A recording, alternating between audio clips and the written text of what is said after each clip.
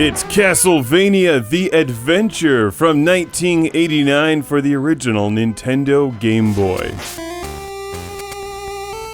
The first Castlevania game on the small screen from Konami, with a storyline where you play as an ancestor of Simon Belmont on a quest to fight Dracula.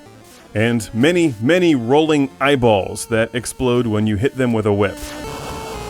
Naturally, why wouldn't they? This is a tricky game and one that's a bit slow for my taste, that requires extreme precision and patience as well as level memorization.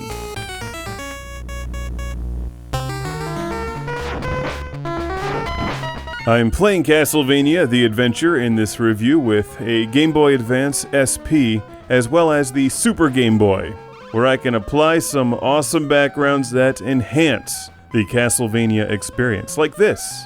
It's like we're all watching it in a theater together. You there in front. Your cane sucks! Who brings a cane to a movie theater to watch Castlevania The Adventure? Seriously. So, anyway, this is a fairly traditional old-school side-scroller that requires extreme precision.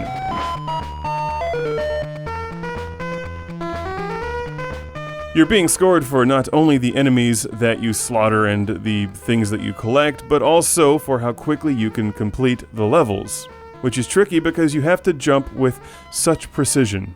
You slide out to the edge of a cliff or floating rock and let your back foot just hang onto it like the bionic commando arm and then jump at the right time. Not even Shinobi can do that. How does he hang on to things with his foot? Oh yeah, floating ledges that drop off once you touch them. Naturally, they're in this game too. It uses pretty much every old school trick in the book to kill you, which you can defeat if you memorize them all in sequence. There's boss battles, and it's a Castlevania game that can be had readily and affordably, eBayisably today.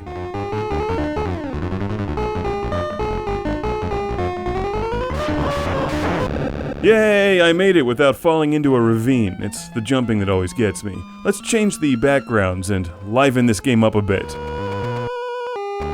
It's so serious. I'm about to get mangled by bats. Your guy is just not very maneuverable in this game, and when you attack things, it's like you have to plan way in advance. So, in the end, to me at least, it feels like there's one way that you're supposed to play this game.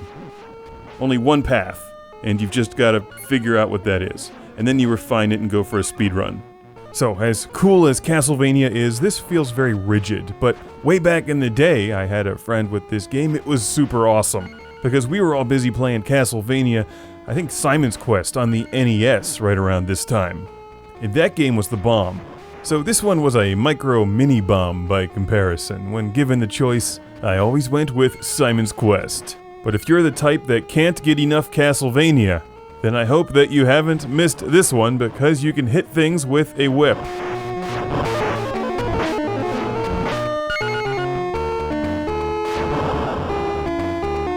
That's some solid bridge construction right there, and check out the MC Escher style background. Let's see if I can make this jump. Nope, fell again.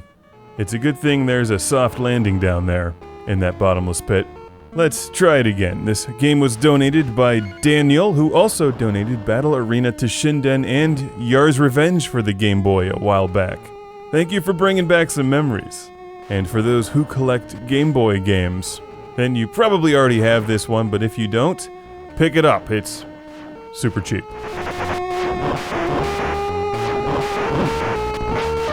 And I'm hoping that the old school Super Game Boy background here will help him out, but probably not, because I'm playing him, so he's doomed. It's Castlevania The Adventure for the Nintendo Game Boy, before it needed to be in 3D. Hell, this was before it needed to be in color.